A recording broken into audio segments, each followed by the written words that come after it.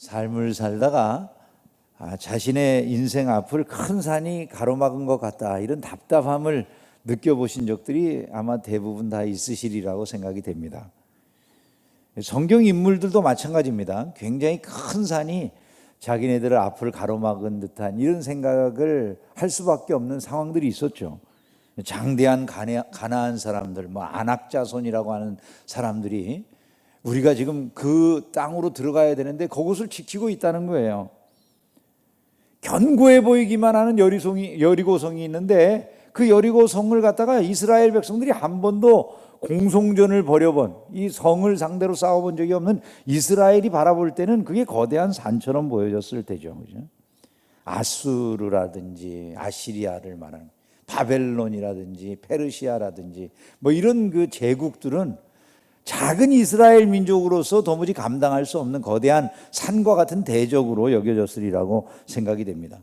요셉에게 노예 생활을 하고 그 다음에 감옥에 gat혀 있는 그런 순간들을 벗어난다, 그 문제라고 하는 게 태산처럼 힘들어 보이는 문제처럼 여겨졌을 것이고요. 다윗에게 있어서 사울 임금과 같은 이런 핍박하는 사람들이 자기 앞에서 대적, 그 큰 산처럼 높은 대적으로 여겨졌을 것입니다. 다니엘과 그 세 친구에게 느부갓네살 왕 같은 사람들이 얼마나 거대한 산처럼 여겨졌겠습니까? 우리도 살다 보면 이런 큰 산과 같은 난관을 만나게 되죠. 그죠? 도무지 넘어설 수 없을 것 같은 태산 같은 문제들이에요.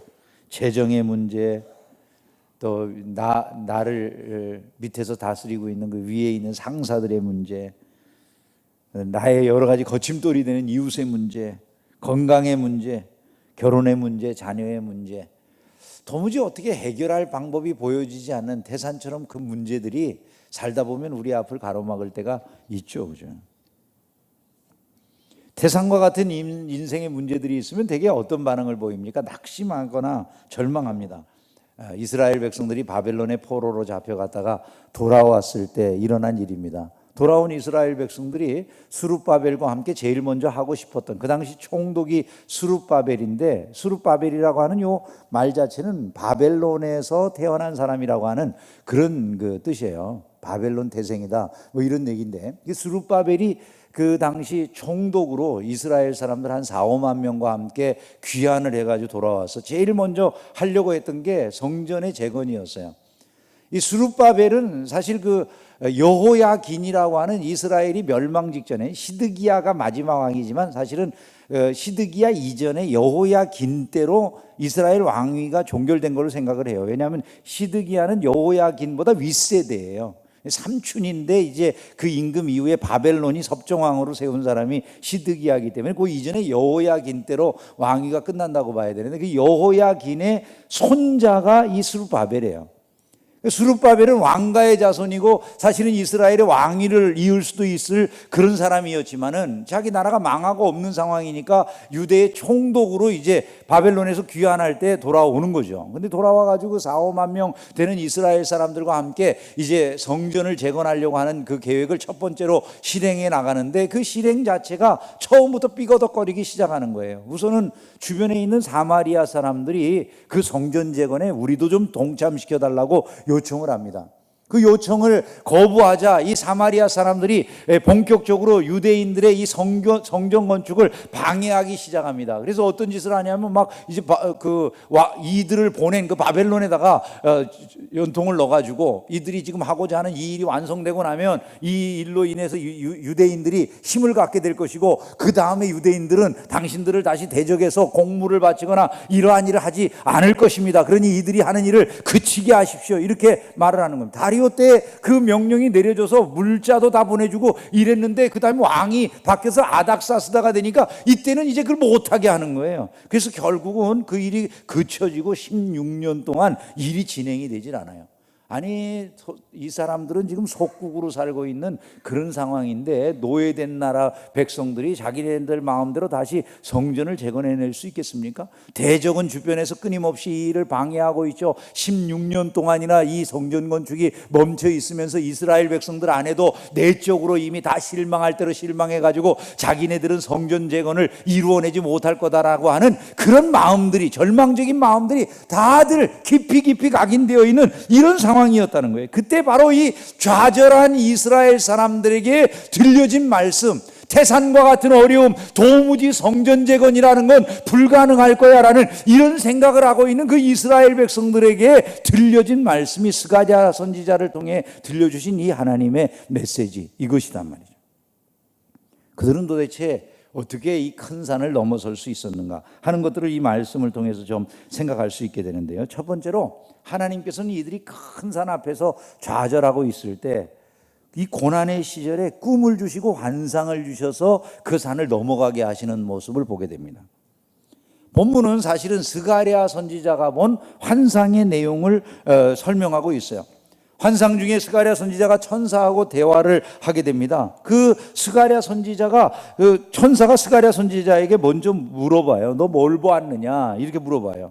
스가랴 선지자가 그 환상 중에 본 광경이 뭐냐 하면 순금 등잔대가 있는데 그 위에 기름 그릇이 있고 또 그 기름 그릇 위에 7 등잔이 있고 그 등잔에 이제 기름을 공급하는 관들이 7개가 있고 그 옆에 그 기름을 공급해 주는 2 감람나무가 서 있는 뭐 이런 환상을 봤다는 거예요. 그 이 환상을 이야기하면서 이 환상의 뜻을 물었을 때 결국 그 환상이 하나님께서 스룹바벨과 여호수아라고 하는 2 감람나무에 해당되는 이 제사장과 총독을 통해서 이들이 세우고자 하는 그 성전을 마침내 다시 재건할 수 있도록 해 주시겠다. 그 환상으로 이 모습을 보여주셨다는 거예요. 결국 그 스가랴 선지자가 낙담한 시절에 보게 된 그 환상을 이스라엘 백성들에게 전해주고 이스라엘 백성들은 그 선지자가 전해주는 꿈과 환상을 통해서 고난의 시절을 이겨나갔음을 믿으시기를 주님의 이름으로 축원합니다. 그래서 고난의 시절에 하나님은 때때로 자기 백성들을 꿈과 환상으로 인도하신다는 거죠. 하나님이 결국 이 모든 것들을 이기게 하셨다니. 우리는 담대한 믿음으로 무장을 해야 되는 것입니다. 큰 산이 앞을 가로막을 때 하나님 앞에 여러분 환상과 꿈을 구하시기를 주의 이름으로 축원합니다. 요셉도 마찬가지잖아요. 요셉도 하나님이 그에게 주신 꿈이 있었기에 환상이 있었기에 그 감옥을 견뎌내고 그 고통의 세월을 이겨내는 줄로 믿습니다.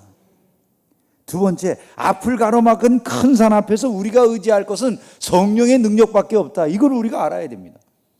큰 산이 내 앞을 가로막았을 때 우리가 그것을 극복할 수 있는 길, 그건 다른 것이 아니라는 거예요. 내 힘이나 내 능력이 아니라 오직 성령의 능력이더라는 겁니다. 이는 힘으로 되지 아니하며 능력으로 되지 아니하고 오직 나의 영으로 되느니라, 이렇게 말씀하고 있어요. 사람들이 어떤 어려움이 있을 때 흔히 할 수 있는 게 세상적으로는 이것이 최선일 거예요. 오르고 오르면 못 오를 리 없건만은 사람이 제한이 오르고 매만 높다 하더라고 그냥 올라가요. 근데 아무리 힘을 써도 안 되는 일은 안 되잖아요, 그죠? 안 되는 일은 안 되는 거예요. 재능과 은사와 모든 능력을 다 사용한다고 해서 되는 게 아니죠. 긍정적으로만 판단한다고 해서 인생에 해답이 있느냐? 그렇지 않죠, 여러분. 긍정심리학이 기여한 바도 많이 있지만 또 긍정심리학에 도움을 받는 분들이 많이 있을 수 있고 우리도 역시 긍정적인 생각을 하는 건 나쁜 것이 아니죠. 그럼에도 불구하고 긍정심리학, 하나님 없는 긍정심리학이라고 하는 건 문제가 많죠. 내가 늘 긍정적으로 생각하면 여러분 진짜 성공이 있고 항상 행복한 일이 앞에 진행될까요? 엄청 긍정적으로 생각해도 안 돼요. 실제로 조사를 해봤어요. 심리학자들이 조사한 거예요. 이건 심리학자들이 하루 이틀도 아니고 30년 동안 조사를 했어요.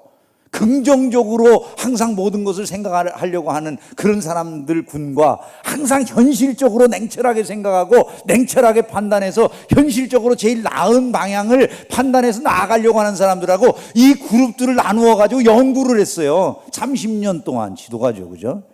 그 30년 동안 연구했더니 긍정적인 생각을 하는 사람들이 성공하고 잘 살았다. 현실적인 생각을 하는 사람들이 행복하고 잘 살았다. 어느 쪽일까요, 여러분? 긍정적.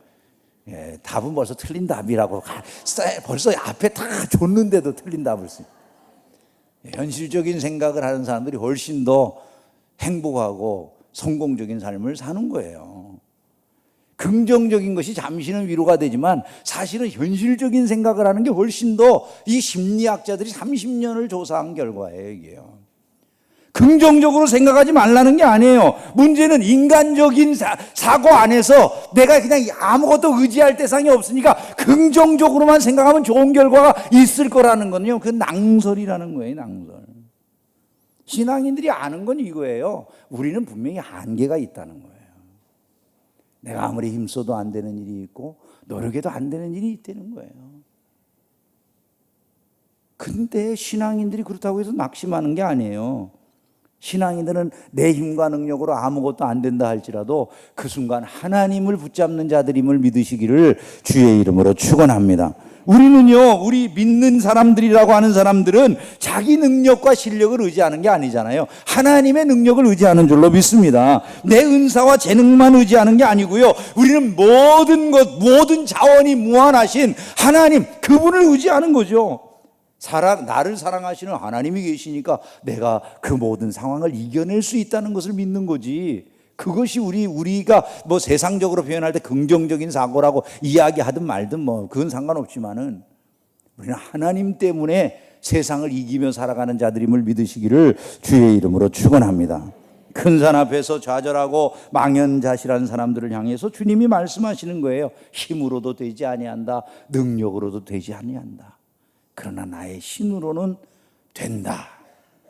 여러분, 하나님이 기도를 들으시면 다 무너졌던 사업에 해결의 방법이 생기는 줄로 믿습니다. 버려지는 것을 통해서 문제를 해결하시는 게 버려지는 거예요. 우리의 믿음이 뭡니까? 여러분, 우리가 믿습니다 할 때 그 믿음이 뭐예요? 무턱대고 소망적으로 살자 이런 거 아니잖아요. 아니 무슨 긍정적인 사고방식을 의지하자 이것도 아니잖아요. 뭐 낙관주의를 신봉하기 때문에 우리가 믿습니다 이러는 거 아니잖아요. 헛된 망상이나 자기 암시를 하느라고 우리가 믿습니다 하는 것도 아니라고. 믿음은 그런 게 아니에요. 우리가 믿는 것은 바로 우리가 매번 고백하듯이 이 말씀의 내용, 이 말씀 속에서 하나님이 우리에게 교훈하시는 바 그거를 믿는 것이 아닙니까 여러분? 여러분, 우리는 이 하나님의 말씀에 창세기서부터 계시록까지 기록한 그 말씀의 내용을 믿는 거잖아요. 성경의 모든 이 기록들이라고 하는 게 과거에 지나가 버리고 만 것이 아니라 그 하나님이 동일하셔서 오늘 나의 삶 속에 하나님이 아브라함에게 역사하셨던 것처럼, 모세에게 역사하셨던 것처럼, 다윗에게 역사하셨던 것처럼 나의 삶에도 동일하게 마치 그들에게 은혜를 베푸신 것처럼 능히 똑같은 은혜를 주실 수 있다. 여러분, 우리가 이걸 믿는 것 아닙니까? 그래서 우리는 여전히 낭망하지 아니하고 실망하지 아니하고 어려움 중에도 하나님 붙잡고 의지하고 전진하겠다고 고백하는 것 아니겠습니까? 우리의 힘으로 하는 것이 아니라, 우리의 능력으로 하는 것이 아니라 주의 능력으로 할 수 있다고 고백하면서 우리가 이 자리에 앉아 있는 것이 아니겠습니까? 성령이 역사하실 때 삶의 문제는 해결될 줄로 믿습니다. 성령 안에서 성령의 능력으로 성령의 도움을 받을 때 인생의 문제는 해결될 수 있는 것이죠. 큰 산아 내가 무엇이냐, 내가 스룹바벨 앞에서 평지가 되리라. 할렐루야.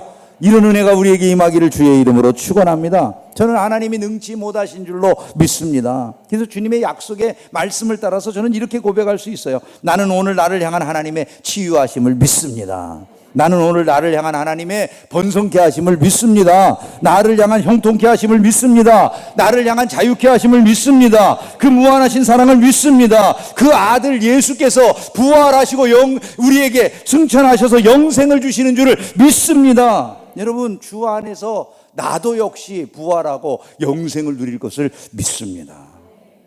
우리 하나님께는 능치 못하심이 없는 줄로 믿습니다.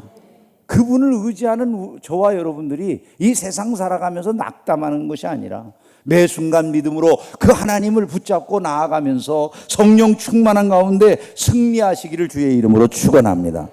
여러분, 이렇게 한번 대답을 해보시면 좋겠어요. 나의 하나님은 전능하십니다. 이런 대답을 한번 해주세요. 여러분, 자녀에게 문제가 있을 때에도 할렐루야. 예, 결혼 생활이 좀 어려움이 있어도, 네, 재정에 좀 문제가 있어도, 자녀들이 좀 말썽을 피워도, 직장 생활에 좀 어려움이 있어도, 승진이 조금 늦어지지만, 사업에 조금 어려움이 있지만, 여러분, 이 고백을 저와 여러분들이 할 수 있기를 주의 이름으로 축원합니다. 능력 주시는 하나님을 의지해서 불가능의 담을 넉넉히 뛰어넘는 성도들이 되기를 주의 이름으로 축원합니다. 마지막으로 한 가지 더 말씀드리면요, 우리는 사람들의 평판이 아니라, 사람들의 평가가 아니라 주님의 뜻을 바라볼 줄 아는 자들이 돼야 된다는 거예요.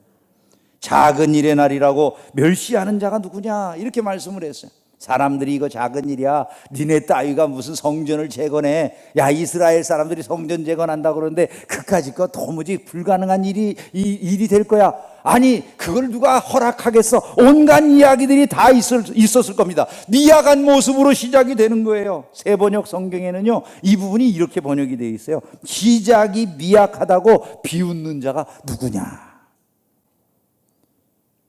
과연 완성될 수 있을까요, 이 성전이요? 아무도 그걸 가늠할 수가 없어요. 그렇게 판단하는 사람이 주변에 없어요. 비웃어요. 낙담하게 만들어요. 그런데 주님이 이렇게 격려하시는 거예요. 스가랴 선지자를 통해서 스룹바벨의 손이 이 성전의 기초를 놓았은즉 그의 손이 또한 그 일을 마치리라. 할렐루야. 하나님이 그 일을 행하도록 하시겠다고 말씀하시는 거예요. 그 하는 일을 하나님이 하시겠다고 할 때 그 누가 방해할 수 있는 그런 사람들이 있겠습니까? 도무지 할 수 없는 것처럼 보여지는데 하나님께서는 이렇게 말씀하셔요. 그날을 보게 될 것이다. 이 성전이 지어질 것이다. 스룹바벨과 여호수아가 이 일을 해낼 것이다. 그가 마지막 돌을 놓게 되는 날이 올 것이다. 그날 아무도 감히 함부로 입을 열어서 너희들을 비난하거나 조롱할 자들이 없을 것이다. 주님의 백성들 모두가 다 그날 크게 기뻐하면서 찬양하게 되는 역사가 일어날 것이다. 여러분, 하나님이 스룹바벨을 통해서 다시 성전을 세우기로 하시니까 안 되는 일이 없는 거죠. 이스라엘을 한때는 버리셨어요. 전에는 죄와 타락으로 인해서 버림받았던 이스라엘이었지만 하나님이 그들을 다시 회복시키시기로 70년이 차면 약속대로 반드시 다시 회복시키시겠다고 약속하셨어요. 이들이 돌아오기 시작해요. 약속대로 그 성 안에 하나님의 은혜가 임하기 시작해요. 과거에는 모두 그쳐졌던 것들이지만 이제 하나님께서 풍성한 은혜를 주신대요. 이 성 안에 모든 것들이 즐거움들이 넘치게 하시겠다고 말을 해요. 과거에는 이방인들을 두려워하며 살았던 이 성 안에 이제는 이방인들이 오히려 이들을 두려워할 그런 일들이 일어나게 하신다는 거예요. 사라졌던 기쁨이 성 안에 넘쳐나도록 하시겠다는 거예요. 선지자를 통해서 말씀을 하시는 거죠. 주께서 그 거룩한 처소에서 일어나셨습니다. 그분이 우리 시온과 함께 하십니다. 그분이 여러분들 중에 계십니다. 이렇게 학개 선지자와 스가랴 선지자를 통해 선포하는 거예요.